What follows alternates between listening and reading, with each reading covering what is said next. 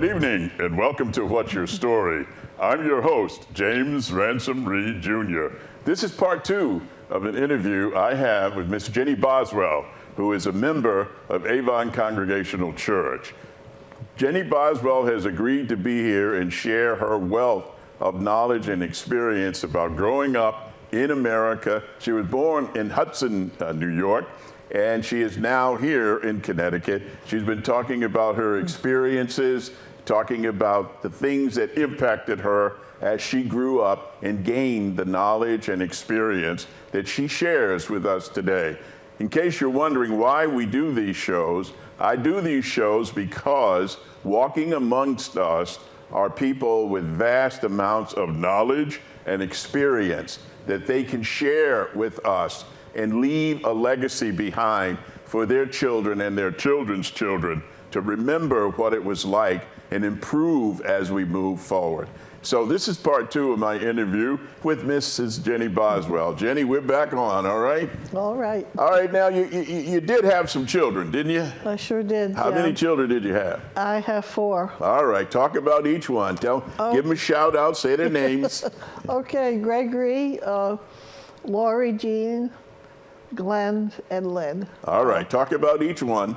Who's the firstborn? Gregory. Gregory, okay. He retired from as the Chief Master Sergeant from the Air National Guard. He started out in the Navy, then went on to college and worked in construction and ended up with the Air National Guard. And Greg has 3 beautiful sons, he and his wife. And the next is my daughter, Lori, and she has 2 children. And the last 40 years, she's run a small business called Drywall Unlimited. And then my son, Glenn, is a manufacturing engineer. He has 4 children, Eric, Thomas, and a set of twins, Emily and Megan. All right. And my daughter, Lynn, who worked for ShopRite in the office for many years, recently took on a new job with Sunlight Construction, and she and her husband have 2 children, Chloe and Tyler. Are they local, so you get to see them? Yes, Jim. I'm blessed. One lives in Enfield, one lives in Bristol and Avon, and so it's great. How much of them know your story growing up? Did you talk with them about it, or is it like most cases, the people who live with you don't know? Yeah, I think that's true, Jim. Yeah. They probably have some idea because, knowing that their grandparents were all Catholic and all, and yeah. What religion did you choose to raise your children? The Dutch Reform, or? Congregational. I didn't have children till later on. Okay. When we moved to Connecticut, and we joined the first Congregational Church in West Hartford. We were members there for 5 or 6 years. Okay. Before we moved to Avon, and then I think I'm a 61-year member at the Avon Church. 61 years. Yes. At Avon Congregational Church. Mm-hmm. Yeah. Wow. Yeah. Wow. That's a couple of wows. I've seen a lot of ministers and people come and go, Jim. Yes, I imagine you have. Wow. Yeah. What changes did you see in the church over that period of time? Oh, the church has had its trials and tribulations with different ministers and whatnot, and it's. And then, each time a new minister came in, you would have people leave the church or you gained new members. I never felt I should leave the church because my favorite minister left. I mean, this was my church. This was my home church, and whatever came, you took, just. I understand you were, for many, many, many years, a major cook at the church. Yeah. What did you do, and what was it called, and why did you do it? Well, in the 80s, a dear friend, Sally Albrecht, and myself were talking in the kitchen. Church attendance was low at the time, and there was not a whole lot of feelings of fellowship, of doing things that we had done in the past, like couples clubs and things like that. And we wondered what also we could do for the community. So we talked, and we started the first Friday dinners and at the church. And I be in charge of the cooking, and Sally, all the decorating and whatnot. And we agreed at the time that 10% right off the top would go to an outside charity. And that's the way it's been. So it's been, I think we're in our 11th year, Jim. And I have just given it up, and we have another head chef at the church. But I'm still involved. You did it for 11 years. Yeah, 10 years. 10 years. Yeah, and I tried to figure out how much we made for the church, and I think over those 10 years, we probably brought in close to $100,000. Is that right? Oh, yeah. Yeah. Each meal, we probably cleared a good $1,000 a month, so that was good. Yeah. I've had the privilege of eating. I know I plopped down my money, that's for sure. Wow. So tell the people about Avon Congregational Church today. What's going on there today? Very vibrant, very active. We have a wonderful new minister, Chris Solomonini. He's young, and he's just, Jim, he just has so much to give. As you know, he's artistic, he's personable, he has a beautiful voice, his sermons are great. It's just, he's like a breath of fresh air. And in the last 3 years that he's been there, he's bringing in new members. Our church is alive, Jim. And all through the pandemic, from the very first Sunday, as you know, we went live stream, and we invested in new cameras and whatnot, and the church, I think we came up with like $15,000 so that we could broadcast every Sunday, and it's been a wonderful ongoing program. You know, you talked to me when I interviewed you about a black friend you had, a female who died. Yes. And you went to her funeral. Yes. And you were the only white person there. How did that impact you?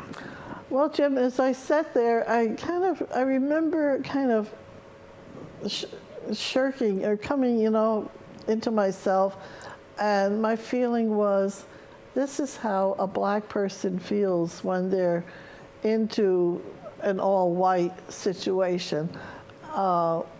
And I just, I never thought about segregation or anything because I had so many black friends. Grew up in a black neighborhood, and we had a set of twins up the street who I dearly loved, Ruby and Ruth Griffin, and they could tell the best ghost stories. And so it was an eye-opener, Jim. It truly was. Yeah. You have also called Rosa Parks and Dr. King heroes. Oh. What did you mean by that?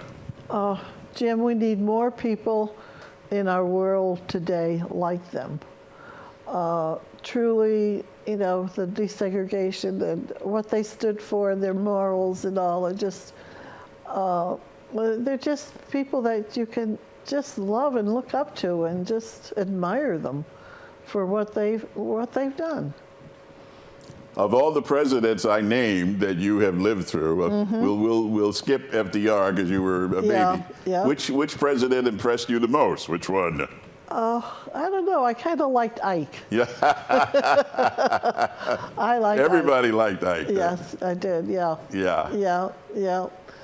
I don't know if it was his presence in the service, and Leo being in the service, and my boys served also. Okay. And but there was just I liked Ike. All right. And Mamie. All right. Yeah. If you may, you don't have to, but when you registered to vote, what did you register? Democrat, Republican, Independent? Well, Leo and I, we were Republican. Okay. And later on changed. I'm now Independent? Independent. Yes. Yes. Yeah. Okay. Yeah.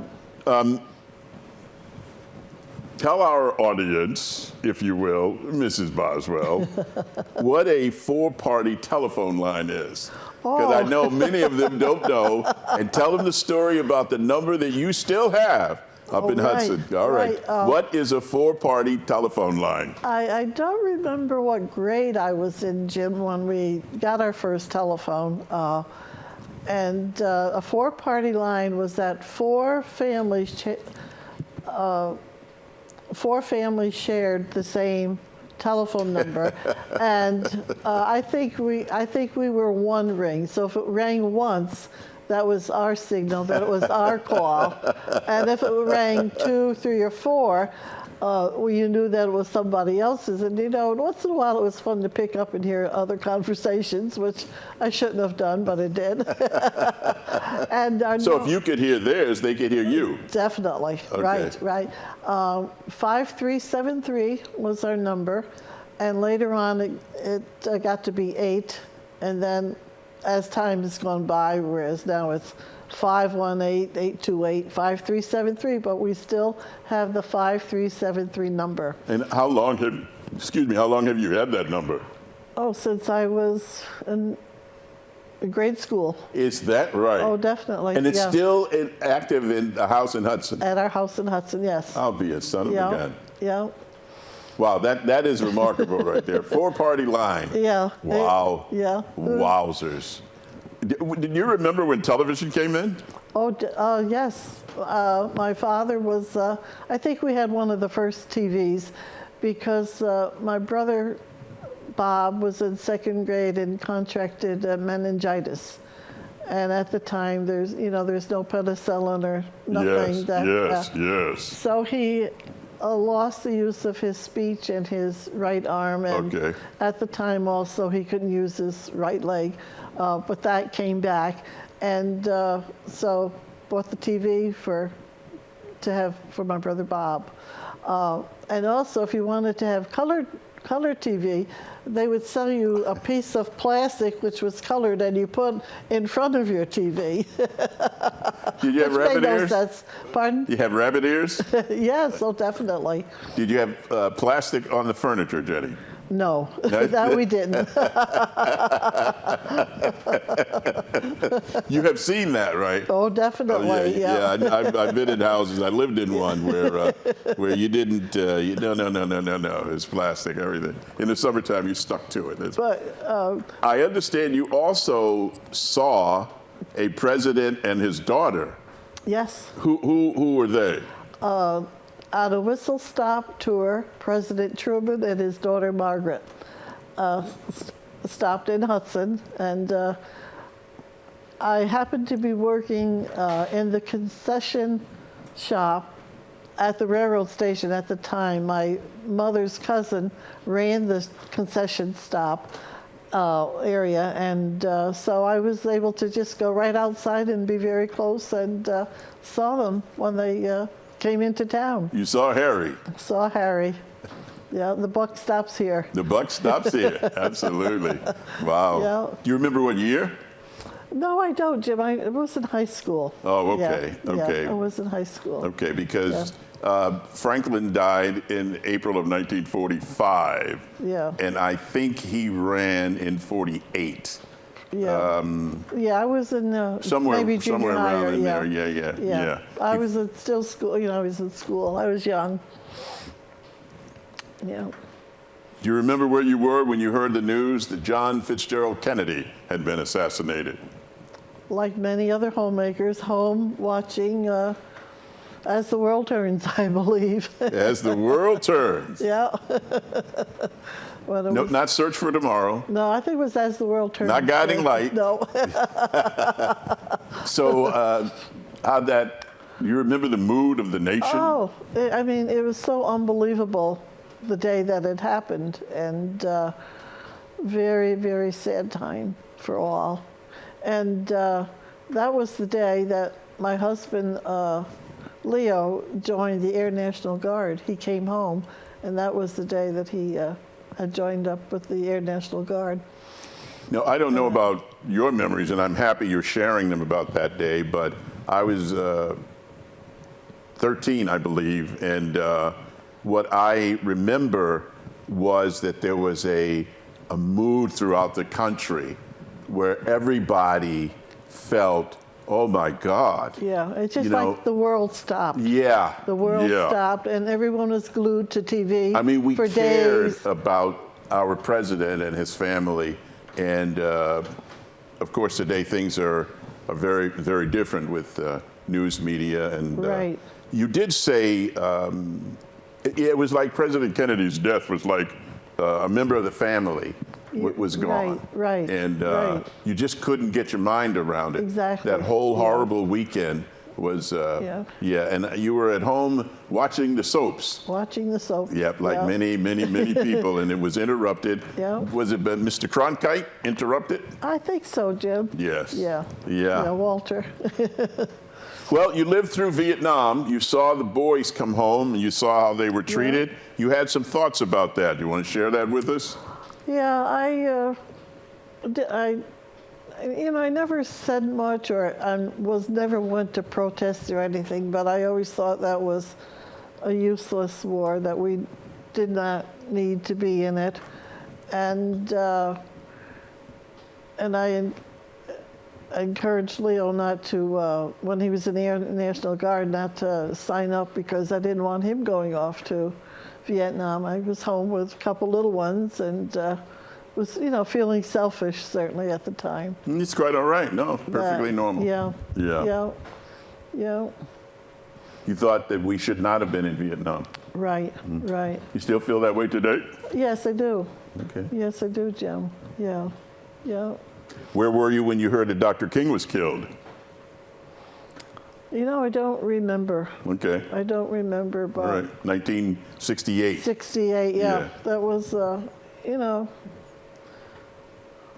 very sad time also. Very sad. Yeah. Was there a time when you were fearful of what was happening in the nation because of the riots and because of the assassinations of President Kennedy, Dr. King, Bobby Kennedy, Medgar Evers, Malcolm X? Our leaders were falling left and right. It was a horrible... It was a horrible time. Yes. And times right now, Jim, with all these shootings, what is this world coming to? I shake my head, and the school shootings and what's going on every weekend, every evening in our own newspapers and TV, that I think I'm for gun control, definitely, and I think we need to do better. When I interviewed you at your home, you said something really profound. You were talking about the media, and you said there was a time, Jim, when we trusted our media and the people, and what they were telling us. But you changed your point of view now. And why did you change your point of view about the media? It just, I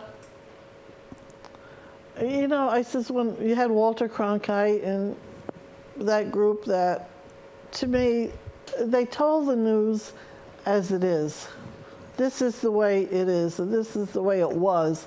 Today, I think newscasters give too much of their own opinion and don't really report always the truth.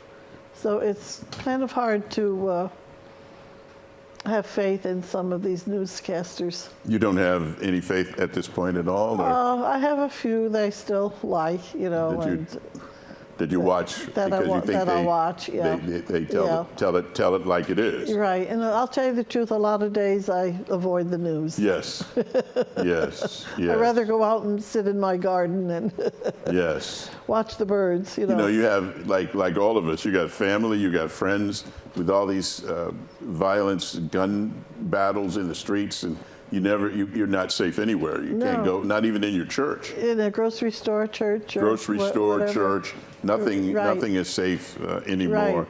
The world that you grew up in was so much different. It certainly was, Jim. It certainly was. You knew your neighbor. Yes, definitely, yeah. I know people who live next door to people now for years and don't even know their neighbors. Right. What happened, Jenny? How did we lose that? Oh, Jim, I don't know. I shake my head. You know, you wonder. All I can say, Jim, is that I grew up in the best of times. And when I sit down with people my age, we say the same thing. We grew up in the best of times. What made it the best of times? The security that we had of family, neighbors. The times were quiet. We didn't have all that we had now. I mean, we went through World War II, and you know, with air raids and all of that. But we it still was the best of the times. You know, we talk and we've been able to be honest and candid with each other, the best of times for you growing up in Hudson, New York would have been very different for a person with my skin color during that period of time in America. Right. Not being able to drink out of a water fountain or eat in a restaurant, or, you know, it's today people look at you when you say that as if you're creating it. No, those were facts. It was they were the facts, right? And it was. Did you ever see any of that in Hudson, New York? Not really, Jim. Not really. You saw people being treated fairly yes. in Hudson, yes. New York. Yes, so I did. your slice of the world was pretty much pretty open and pretty accepting. Yes. Yeah. Yeah. What do you think about the gay movement in America, Jenny? What's going on with that? Well, Jim, as you know, our minister is gay, and he's married to Ken, and two wonderful people. Just you take people as they are. I don't like to put a label on anybody, Jim. And I just, you know, and in Hudson, a lot of gays have come in, and they have just revived the city. It's unbelievable what they have done, and you give them credit for all that they do.